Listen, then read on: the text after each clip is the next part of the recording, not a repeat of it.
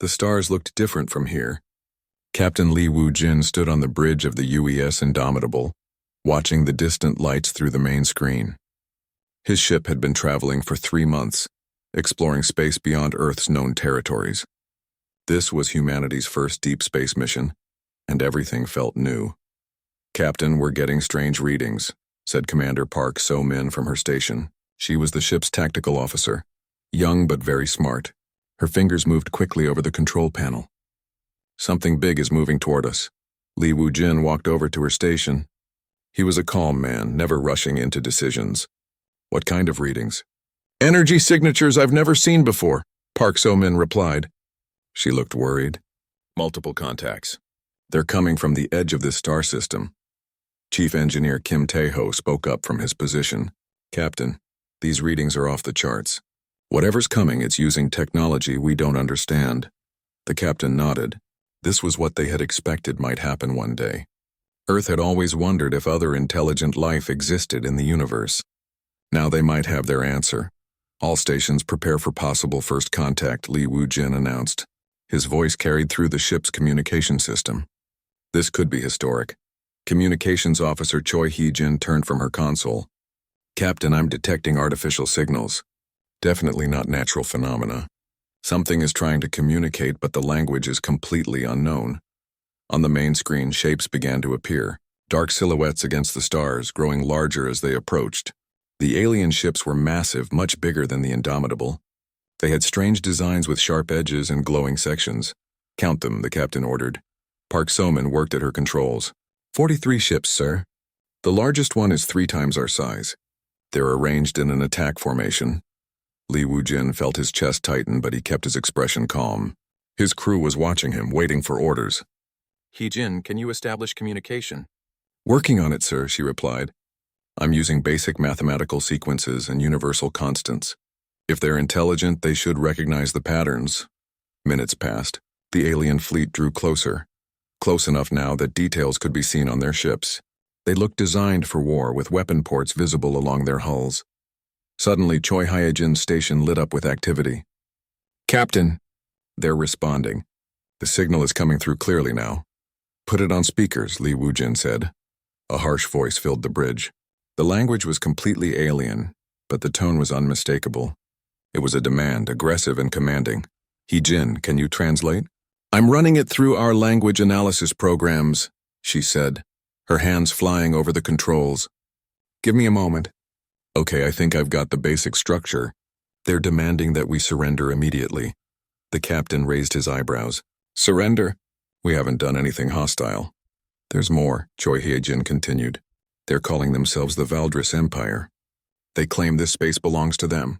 They want us to power down our engines and prepare to be boarded." Kim Tae-ho snorted. "Friendly bunch." Li Wu-jin considered his options. Humanity had always hoped that first contact would be peaceful, but it seemed these aliens had other ideas. "Open a channel. Let me speak to them." The bridge fell silent as Choi Hye-jin established the connection. "This is Captain Li Wu-jin of the United Earth ship Indomitable," he said clearly. "We are explorers, not conquerors. We suggest peaceful dialogue." The response came quickly, and it was not what they hoped for. "They're laughing," Choi Hye-jin translated. "The leader says we have no choice. They've never met a species that could resist them. They're giving us 1 minute to surrender or they'll destroy us." Park So-min checked her instruments. "Captain, their weapons are charging. Energy levels are rising across their entire fleet." Li Wu-jin looked at his crew. These were good people. Scientists and explorers who had volunteered for this mission to expand humanity's knowledge. They didn't deserve to die because some alien empire couldn't imagine peaceful coexistence. "So-min, what's our defensive status?" "All shields at full power, sir. Weapons are charged and ready, but we're outnumbered 43-1. The captain nodded. "If they want to fight, we'll give them one. But let's try to end this quickly." The alien voice came again, more aggressive than before. Choi Hee-jin translated, "Time's up. They're calling us cowards and primitives. They say our small ship proves we're not worth keeping alive." On the main screen, energy began building along the alien ship's weapon ports. Bright lights gathered, preparing to fire. "Here they come," Park So-min announced. The space around the Indomitable suddenly lit up with energy beams and projectiles. Dozens of alien weapons fired at once, creating a brilliant light show against the stars. The attack continued for several seconds, beam after beam striking the human ship. When the light faded, the Indomitable floated unchanged in space. "Damage report," Li Wujin called out. Kim Tae-ho checked his instruments. "No damage, Captain. Shields absorbed everything. We're at 98% power." On the alien ships, confusion was spreading. They had just fired everything they had at the human vessel and it hadn't even moved. Emergency communications flew between their ships. "They're talking to each other," Choi Hyojin reported. "I'm picking up panic in their voices. They can't understand why we're still here." The largest alien ship fired again, this time with a massive beam weapon. The energy struck the Indomitable's shields and dispersed harmlessly. Li Wujin sighed. He had hoped for peace, but these aliens only understood violence. "So Min, prepare to return fire. Target selection, sir. The 3 ships on our right. Minimum power setting. We're trying to disable them, not destroy them." Park So-min's fingers moved over her controls. Weapons locked on target, ready to fire. Fire! A single beam of energy shot from the Indomitable. It struck the first alien ship and passed completely through it, before hitting the second and third ships. All 3 vessels exploded in brilliant flashes of light. The remaining alien fleet stopped firing immediately. "They've gone silent," Choi Hyojin reported. "No more communications." On the main screen, the alien ships were turning away, moving as fast as they could toward the edge of the system. "They're running," Park So-min said with amazement. Li Wujin watched the retreating fleet. "Let them go. Maybe they'll think twice before attacking strangers next time." But deep down, he knew this was just the beginning.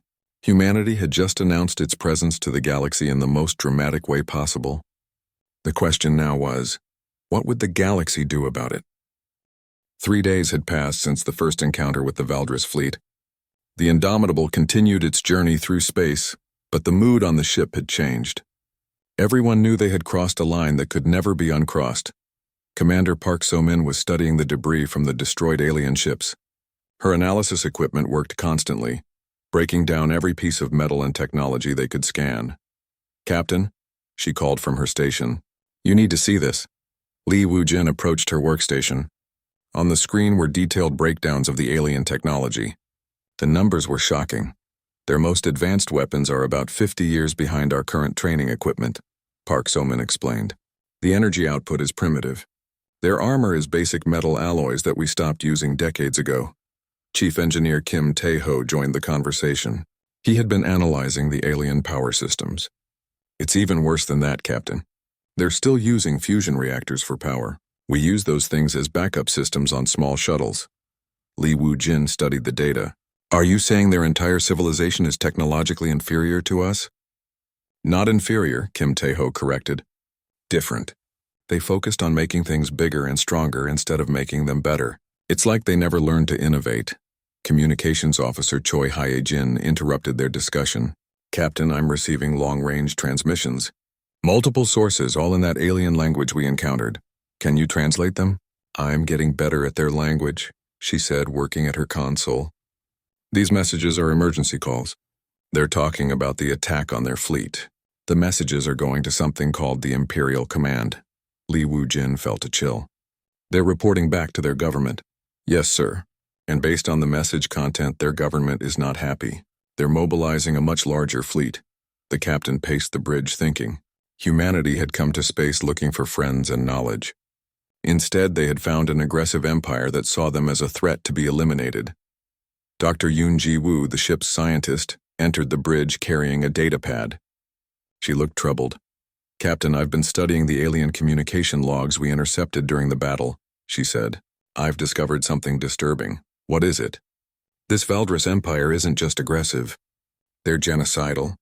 According to their own records, they've encountered 17 different alien species over the past few centuries. None of those species exist anymore." The bridge fell silent. Everyone understood what that meant. "They don't just conquer," Dr. Yoon continued. "They completely eliminate every intelligent species they find. They see other forms of life as threats to their dominance." Li Wujin felt sick. "How many species have they destroyed?" "At least 17 that I can confirm from their communications. But there are references to others. Captain, we're not dealing with a normal military force. We're dealing with an empire built on extinction. Before anyone could respond, Choi Hee-jin's station erupted with activity. Captain. Massive energy signatures approaching. This is much bigger than before. On the main screen, shapes appeared against the stars. This time there were hundreds of them. The alien fleet was enormous, stretching across space like a metal cloud. Count them, the captain ordered. Park So-min worked frantically at her controls. I'm getting over 300 ships, sir. The largest one is... It's huge, nearly a kilometer long. The communication system crackled to life. A new voice spoke in the alien language, deeper and more commanding than before. This is different from the first commander, Choi Hye-jin translated.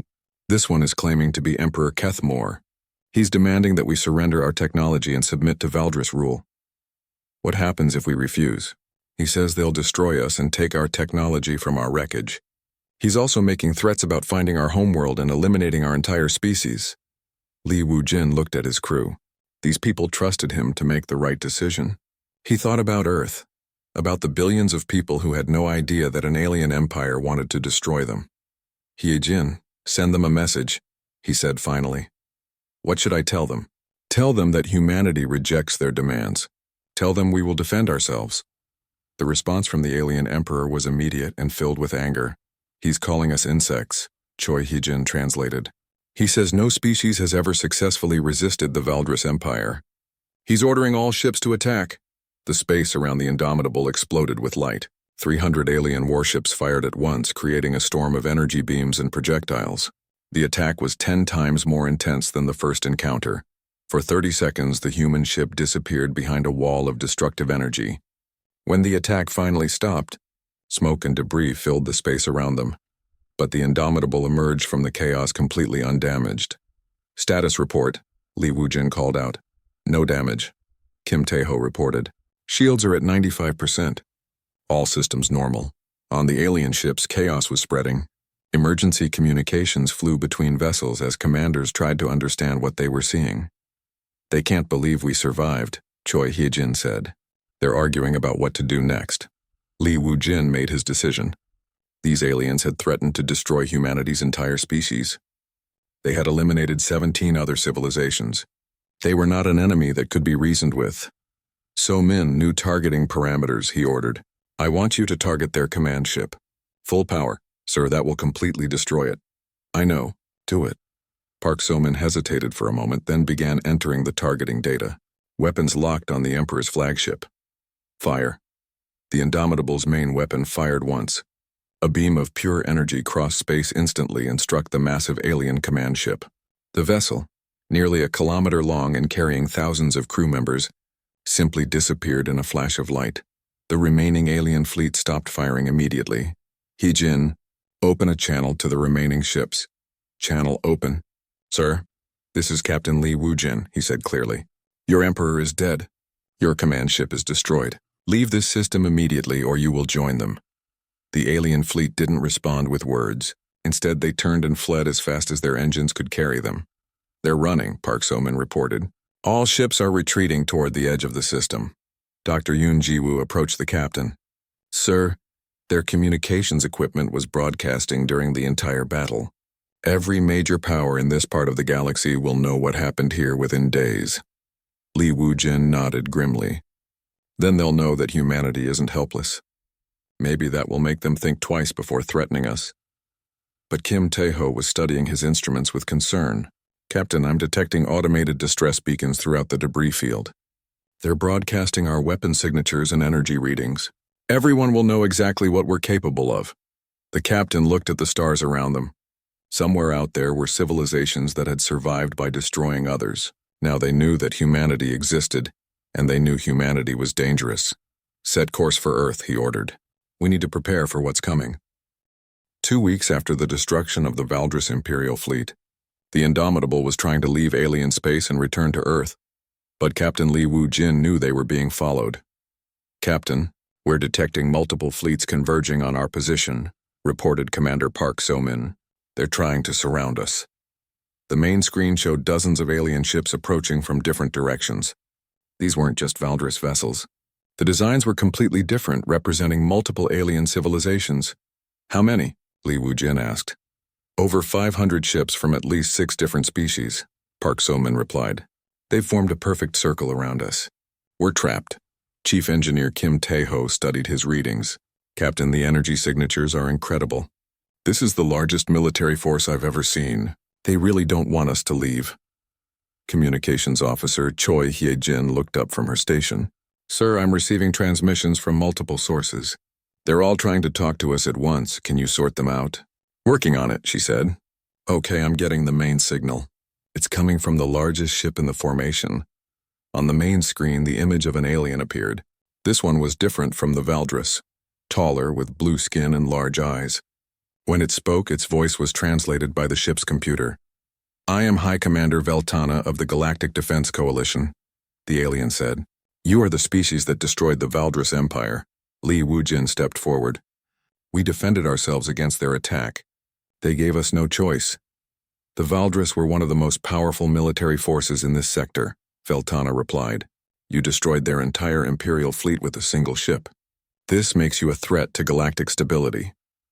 Dr. Yoon Ji-woo entered the bridge carrying her research data. She had been studying intercepted alien communications for days. Captain, I need to show you something, she said urgently.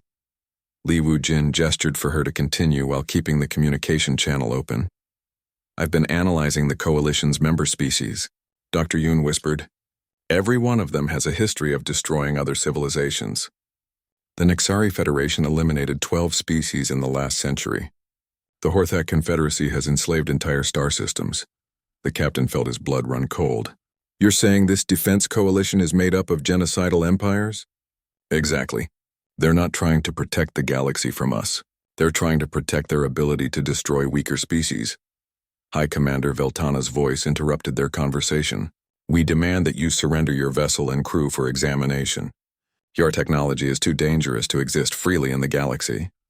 Li Wujin turned back to the screen. And what happens to my crew? That is not your concern. You will comply immediately or we will destroy you. The captain looked around his bridge. His crew was watching him, waiting for orders. These were good people who had volunteered to explore space and expand human knowledge. They didn't deserve to be captured by alien empires. Hye-jin cut the transmission, he ordered. The alien's image disappeared from the screen. So-min, what's our tactical situation? 537 ships in a perfect sphere around us, Park So-min reported. Multiple weapon types, but all significantly inferior to our technology. However, the sheer number is concerning. Kim Tae-ho checked his instruments. Captain, our shields can handle anything they throw at us, but we'll have to fight our way out. There's no peaceful solution here. Li Wujin made his decision. Dr. Yoon, you said these species have destroyed others? Yes, sir. According to their own historical records, this coalition represents the elimination of over 40 different civilizations. Then they're not defending the galaxy. They're defending their right to commit genocide. The captain's voice was hard with determination. All hands, battle stations. We're fighting our way home.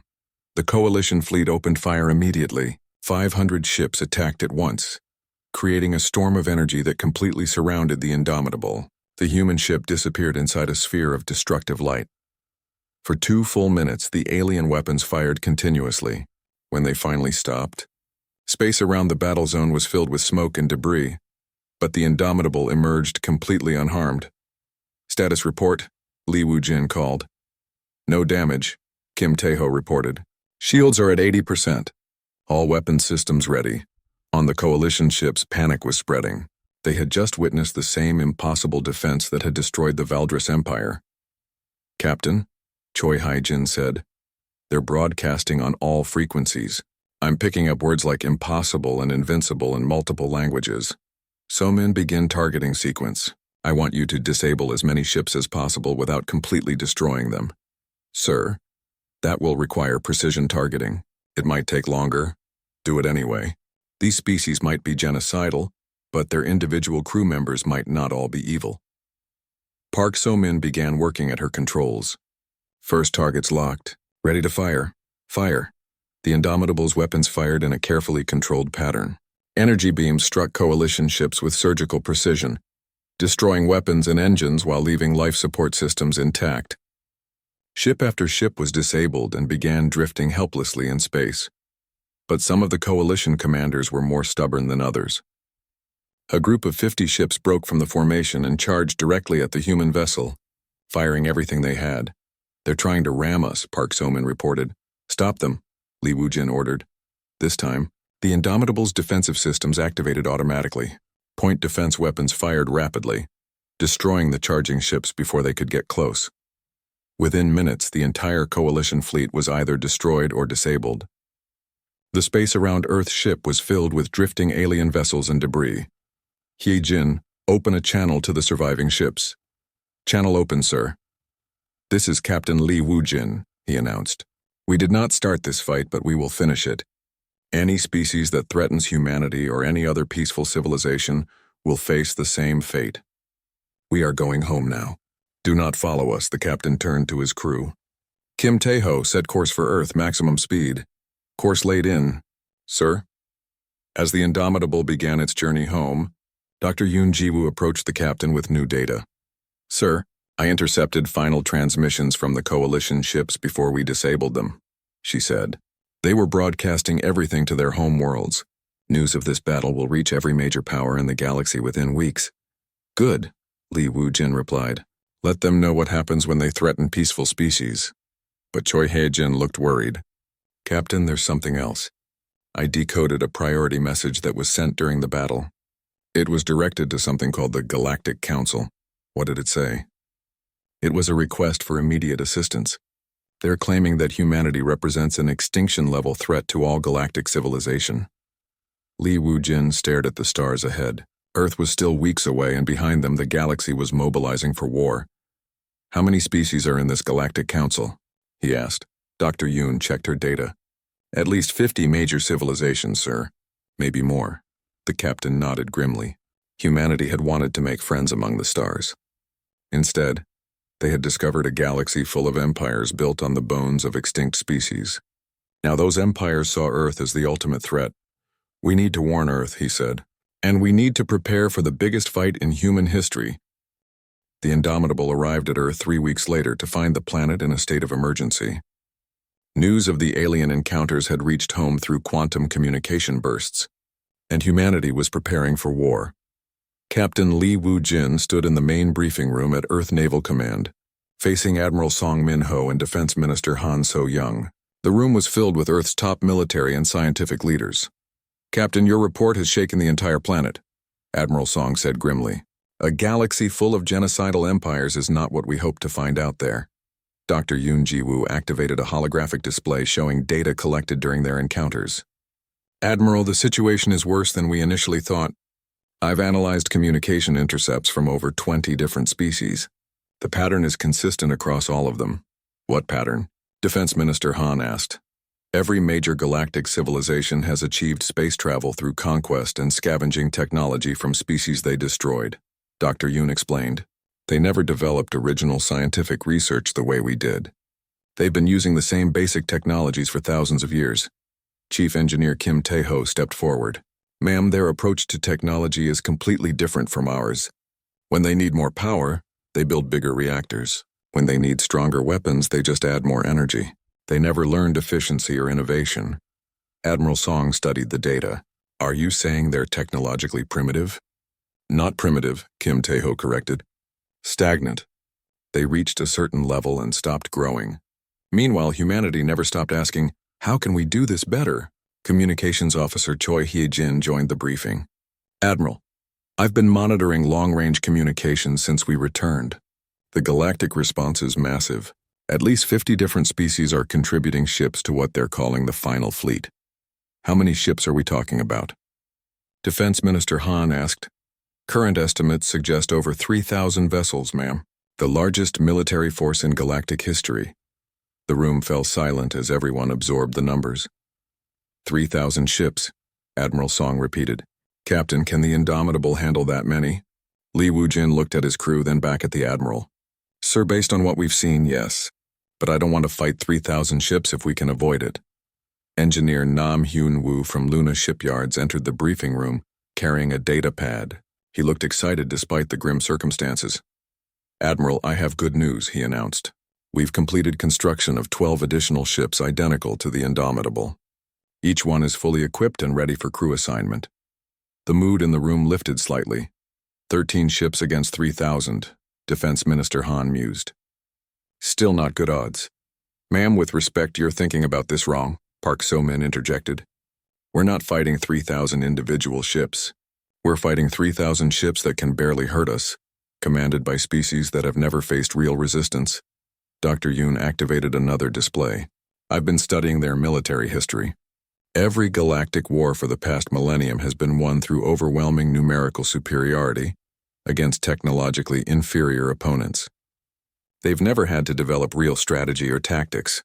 What are you suggesting? Admiral Song asked. I'm suggesting that their 3,000 ships might as well be 300 or even 30, Dr. Yoon replied. Numbers don't matter if you can't damage your opponent. Li Wujin stepped forward.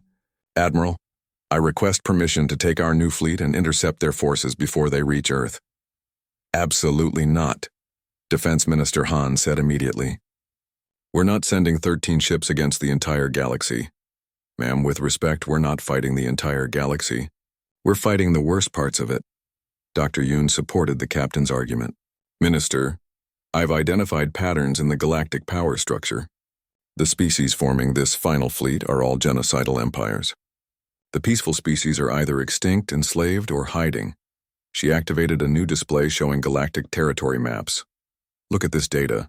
Over the past 500 years, the number of independent civilizations in this part of the galaxy has dropped from over 200 to less than 20.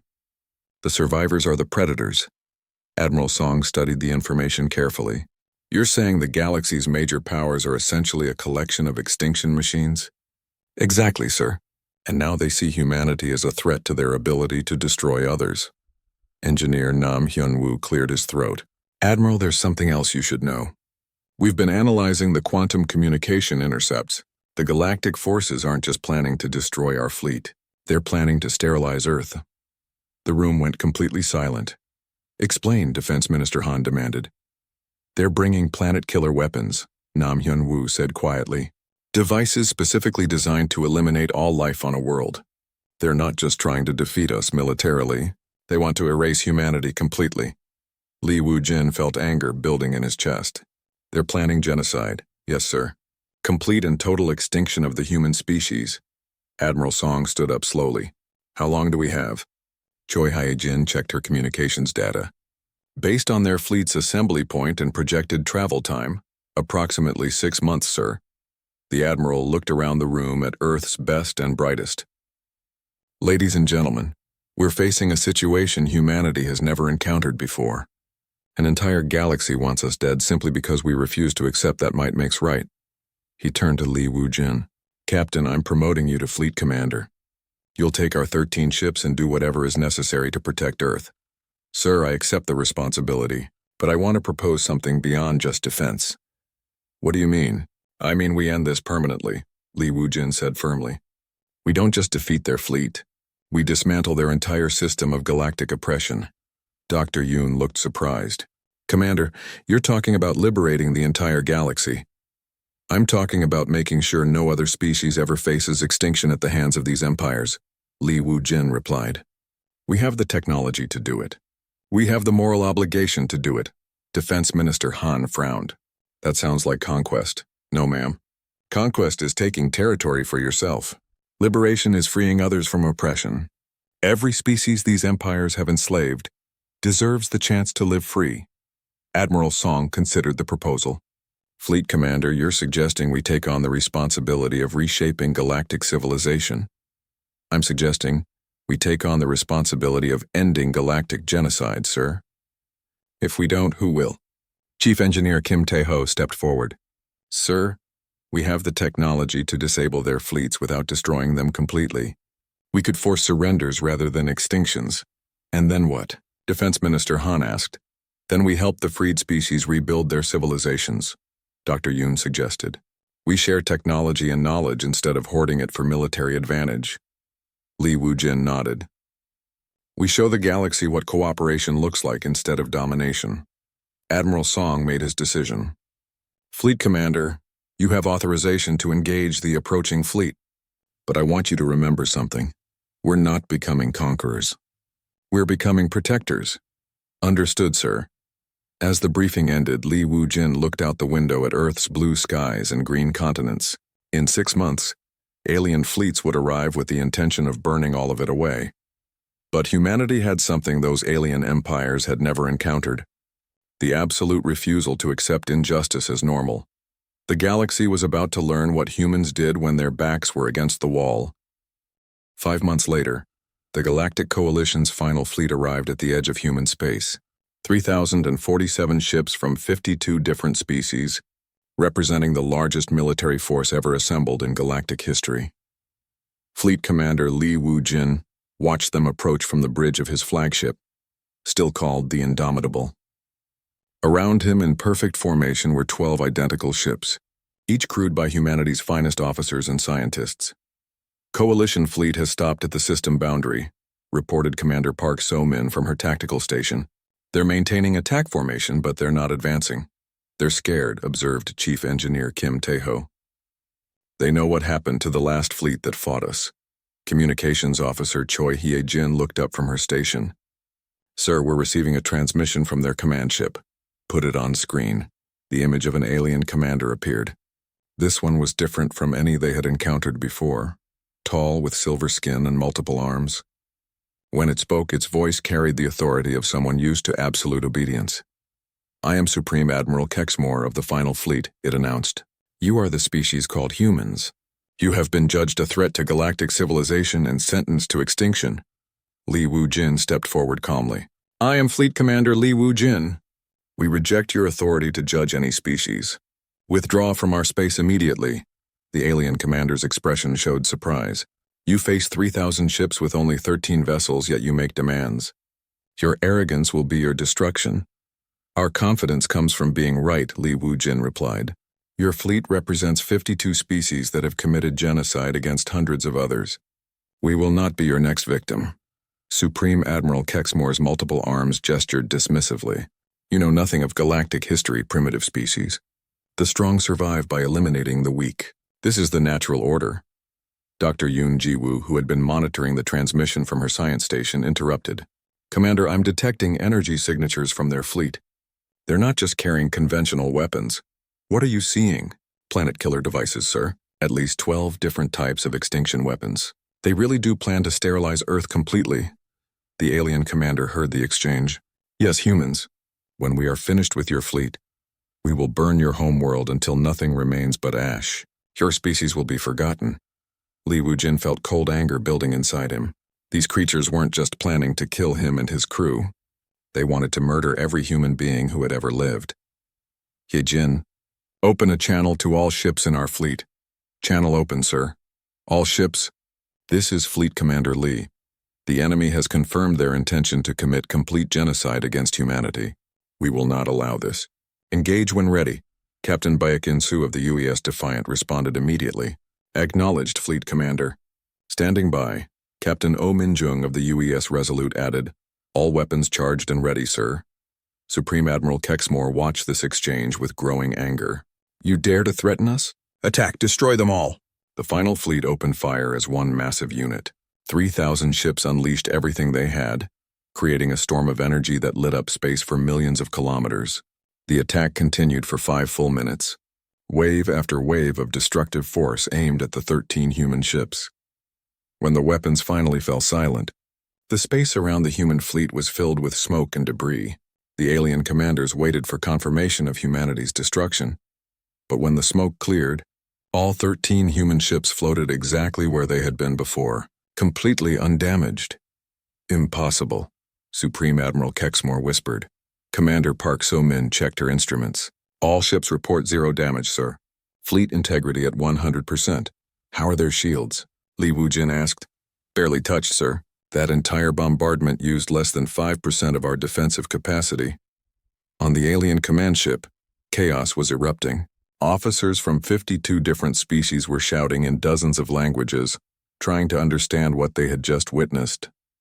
He-jin, can you translate what they're saying? Multiple languages, sir, but the general message is the same. They're asking how we survived. Some of them are calling for retreat. Li Wu-jin made his decision. All ships begin attack pattern alpha. Target their weapons and engines only. We disable, not destroy. Sir, Captain Baek In-soo's voice came over the communication system. That will take precise targeting. It might take longer than total destruction. Do it anyway. We're not genocidal monsters like them. The 13 human ships began their attack. What followed wasn't a battle. It was a systematic dismantling of the largest fleet in galactic history. Human weapons fired with surgical precision, destroying alien weapons and engines while carefully avoiding life support systems. Ship after ship was disabled and began drifting helplessly in space. The aliens tried to adapt their tactics, but nothing worked. Their weapons couldn't penetrate human shields, and their ships couldn't escape human targeting systems. Captain Oh Min-jung reported from the Resolute. "Sir, enemy morale is collapsing. I'm seeing ships attempting to surrender." "Accept their surrenders," Li Wujin ordered. "Any ship that powers down weapons and transmits surrender codes is to be left alone." Within 2 hours, the entire final fleet was either destroyed, disabled, or surrendered. Over 2,000 alien ships drifted powerlessly in space, their crews alive but helpless. Supreme Admiral Kexmore's command ship was the last one fighting. Finally, with his weapons destroyed and his engines dead, he appeared on the communication screen one final time. "This is impossible," he said, his voice filled with disbelief. "No species can be this powerful." "What are you?" Li Wujin looked at the defeated alien commander. "We're what happens when a species develops technology through cooperation instead of conquest. We're what you could have become if you had chosen peace instead of genocide." "You have won this battle," Kexmore said bitterly, "but the galaxy will never accept your dominance. There will always be someone who challenges you." "We don't want dominance," Li Wujin replied. "We want justice. And we're going to get it." He turned to Dr. Yoon Ji-woo. "Doctor, how many enslaved species did we identify in the coalition territories?" 47 confirmed, sir. Possibly more. Then we have work to do. Li Wujin addressed his fleet. "All ships prepare for extended operations." "We're not going home yet." Choi Hee-jin looked confused. "Sir, where are we going?" "We're going to visit every coalition world and free every enslaved species," the fleet commander announced. "We're going to dismantle this entire system of galactic oppression." Captain Baek In-soo's voice came over the communication system. "Sir, that could take months." "Maybe years." "Then it takes years," Li Wujin replied firmly. "We came to space looking for friends. Instead, we found slaves. We're going to fix that." Dr. Yoon Ji-woo brought up a galactic map showing coalition territories. "Commander, we're talking about reshaping the entire galactic political structure." "No, Doctor. We're talking about giving 47 enslaved species their freedom back. Everything else is just details." Li Wujin looked at the drifting alien ships around them. These crews would be returned to their homeworlds with a message. The age of galactic genocide was over. "Hye-jin, prepare a message for broadcast to all coalition worlds." "Ready?" "Sir." "This is Fleet Commander Li Wujin of the United Earth Space Force. Your final fleet has been defeated. Your age of conquest and extinction is finished. Any world that holds enslaved species will be liberated. Any government that practices genocide will be dismantled. This is not negotiable." He paused, looking at his crew. Good people who had volunteered to explore space and had instead become liberators.